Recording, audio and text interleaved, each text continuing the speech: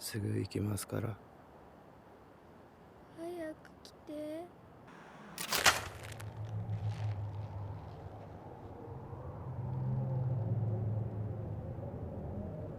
With Juon being played out in both the East and the West, something new had to be done to keep the franchise fresh. After all, could we really just let Juon die out gracefully because it had long since worn out its welcome? Of course not, because this time it's different.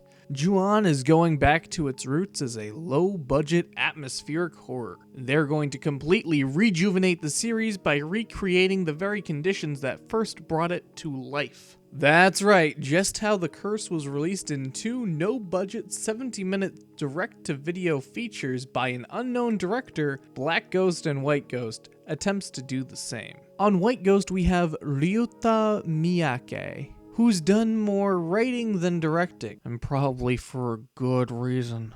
Black Ghost is directed by Mari Sato, who directed an adaptation of Suda51's Twilight Syndrome, and later did a live-action adaptation of Fatal Frame. Perhaps she would have been better suited directing an adaptation of the Ju-on video game, but I digress. Here's the biggest problem. Neither one of them are Takashi Shimizu. Neither one of them knows how to take so little and make so much out of it. If I had to pick one, Black Ghost looks more like a movie than White Ghost, but they're both criminally under budget. This is clearly not shot on film. That's not to say it should prevent it from being good, but everything comes off as flat and boring. The Curse looks like found footage. These look like YouTube videos. Both movies follow a different plot. The original was a slow build-up of vignettes as you piece together the cause of the very curse that is haunting this house. Black Ghost and White Ghost follow this formula, but to much less of an effect. I'll start out with Black Ghost because it is easily the most boring of the two. Black Ghost has Kamen Rider Kiva himself, Koji Seto, in about 10 minutes. This is the only person I want to mention. The premise this time around is that the ghost is an unborn twin that was absorbed into its sister and is now out for vengeance because she wasn't born. On paper, this sounds really weird, but kind of interesting. You know, there's a lot you could do with this.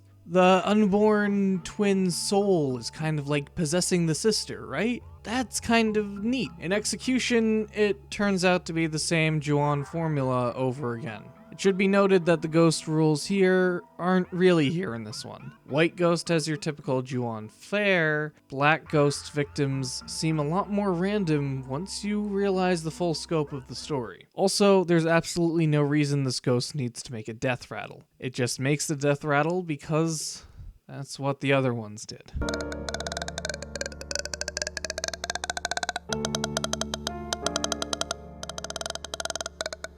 Oh, and there's a pointless cameo of Toshio looking for his mom. This might have been more interesting as a strange biological possession story, but instead, it just turns out to be the same thing we've seen before, but more boring. And it's a shame that a potentially interesting premise could be squandered very easily. And this is due in part to its structure. The chapter structure just doesn't work at all with what they're trying to go for. And this might have turned out to be really fantastic if they had just done a original movie. Now, White Ghost is easily the more entertaining of the two, although I wouldn't call it good either. White Ghost has Geki Red himself, Hiroki Suzuki, in about 10 minutes. This is the only person I want to mention. The present-day stories take place on Christmas. Halfway through, the film forgets that it brought up Christmas a whole lot, and just forgets about a whole lot of things, actually. The film opens up to a man delivering a Christmas cake, only to find that the whole family has been slaughtered. And now there's this old lady ghost chasing everyone around. Now, what makes White Ghost so hilarious is its choice in antagonist. Come on and slam, and welcome to the jam. Come on and slam,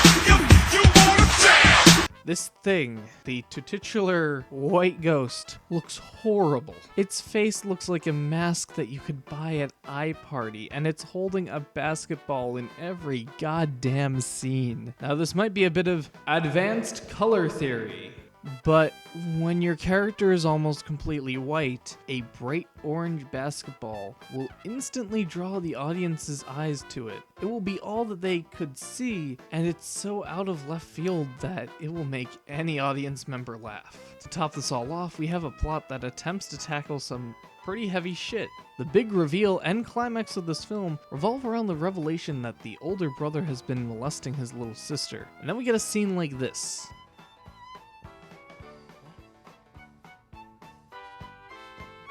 ちょっとちょっと何ちょっと何ちょっと話す何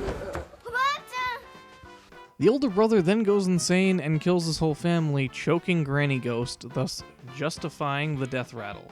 He then cuts off his little sister's head. White Ghost, much like Black Ghost, falls into the same trap. Ju-on's formatting. Of course, these sort of segmented, out-of-order stories are the draw of the Ju-on series. But it's not something every director is capable of doing. Black Ghost had an interesting premise, and if it wasn't beholden to the Ju-on format, we might have had something interesting on our hands. And White Ghost is just the same thing with a new and thinner coat of paint. If there had been a sequel, I would have no doubt that they would have used Granny Ghost and Sister's Head as their Kayako and Toshio. This is also the only one with any involvement from Shimizu, so it's clear it's the one that they were really pushing for. But in the end, they were trying to branch out. They weren't trying to just do the same old Toshio and Kayako story. And as much as we may love those characters, they're just vehicles for Scare. They're not real developed characters. I don't think anyone would ever make the mistake of using them to solely profit off of brand recognition.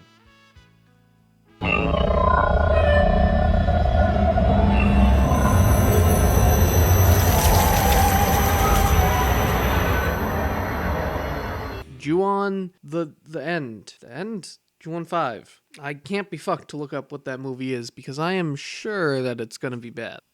I was not looking forward to this in any way. I was prepared for this to be the lowest point of the series. But what I was not prepared for was that the beginning of the end would actually be pretty good. Disclaimer, if you didn't like the original Ju-on movies, or felt like they were starting to get stale, then this movie isn't going to magically change your mind. It is very much a reboot, and it is very close to being a remake of Ju-on again. The beginning of the end, Ju-on 3, I know it's technically not Ju-on 3, but the beginning of the end sounds too long and it's too stupid to keep saying over and over again. Ju-on 3 starts off with your standard fare for a Ju-on movie. You have a school teacher who notices that her student is missing, except that that student happens to be Toshio.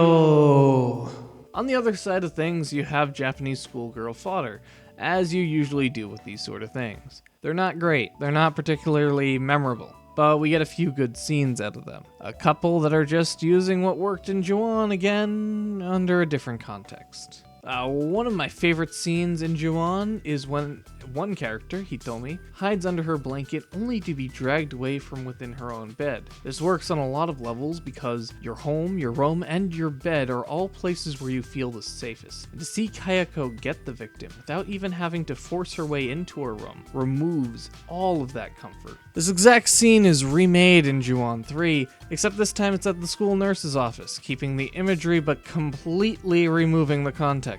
Stuff like jaws getting ripped off comes from previous Ju-on entries like the curse. It's derivative without any real point. But I don't mind that as much in this movie. You see, where Black Ghost and White Ghost would cut away as soon as you got to the good part, and that, in fact, that has been something that Ju-on has done before, Ju-on 3 knows enough to lead up to its action, cut away at the last second, and then come back for the aftermath. That way, you still get the build-up and satisfaction, even if you want to leave things vague and up to the viewer's imagination. So, while you're going along watching Ju-on 3 retread over the same ground as Ju-on, you'll start to notice a lot more of Toshio than Kayako. In fact, you'll start to notice that things are a little different this time around. And that's where this movie starts to get interesting, because it plays off your expectation. You're expecting it to keep everything the same from the originals. But Ju-on 3 actually does something that I haven't seen a Ju-on do since The Curse.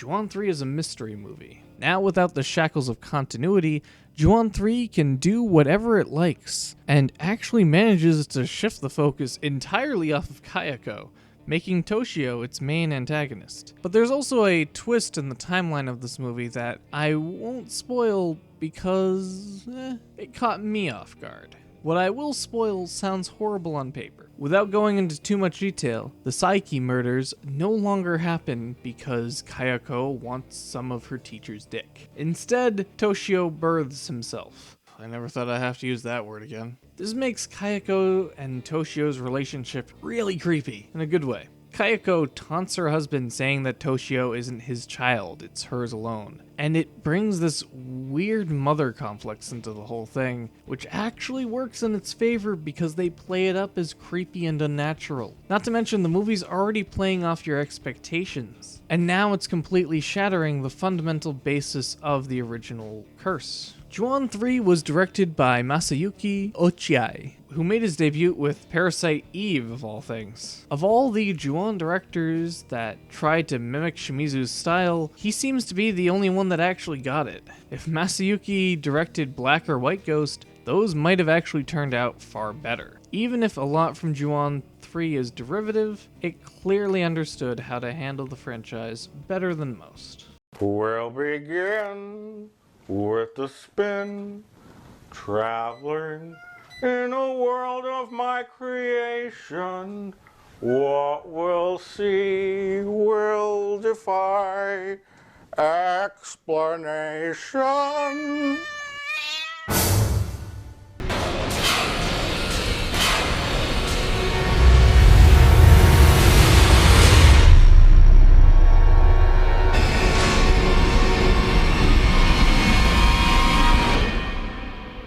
So, where does that leave us with Final Curse? Once again, it's directed by Masayuki, who proved himself pretty capable with Ju-on 3. So, Final Curse can't turn out to be awful, right? Well, you wouldn't be wrong. But overall, I'd say Final Curse is a bit of a step down. There's not a whole lot to actually talk about, so I'm gonna try to keep it brief. The Final Curse is the direct sequel to our previous film, this time being centered on a woman trying to find out what happened to her sister, the teacher protagonist of Ju-on 3. While this happens, we also have a mother and daughter who adopt a very real and very much alive Toshio. And then there's schoolgirl fodder thrown in too. Right off the bat, Final Curse has two things going for it. The Psyche house has been bulldozed over, which is almost the logical conclusion to any of the events in Ju-on. And we get creepy ghost Toshio along with living Toshio, adding to the mystery. It's not all bad, but it ends up being more of the same. Also, we are now introduced to Toshio's aunt and cousin. In my earlier video on The Grudge, I mentioned how lazy it was to insert family members to drive the plot forward. In both The Grudge 2 and 3, Kayako's mother and sister were used as cheap plot devices for exposition, and a retarded exorcism plot. In this, Toshio's adopted family knows less than the audience. They're along for the ride instead of grinding the film to a halt. And outside of that, there's not much more to say. It's not horrible, it's a little repetitive, but both these two are okay films. So if you're not already tired of the Ju-on formula by Ju-on 2, skip everything else and check these two out.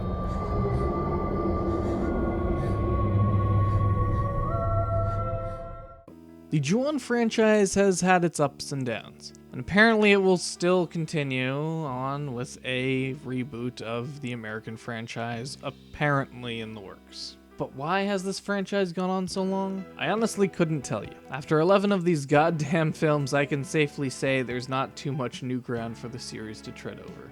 Ju-on is a series with plenty of spooks and scares, but an interesting narrative gimmick to go along with it. It's a bunch of interconnecting, spooky short films bundled together that will feel like it's giving you more content than it actually has. When Ju-on is good, it knows how to build tension, atmosphere, and intrigue to hook the viewers in and keep them there. And that's what I look forward to when I watch Ju-on.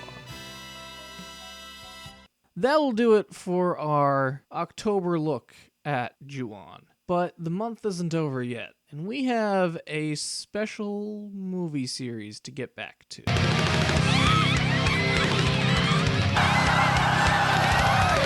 Right, zombie life, zombie life, zombie life!